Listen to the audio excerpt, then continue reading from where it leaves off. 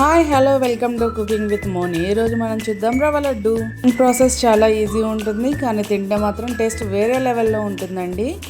ముందుగా stove on చేసుకొని కడాయి పెట్టుకొని అందులో 2 స్పూన్ల నెయ్యి అనేది యాడ్ చేసుకోవాలి. తర్వాత కొద్దిగా ఉప్మా రవ్వని యాడ్ చేసుకొని ఇలా సన్నటి మంట మీద చక్కగా ఎర్ర రంగు వచ్చేంత వరకు కూడా వేయించుకోవాలండి.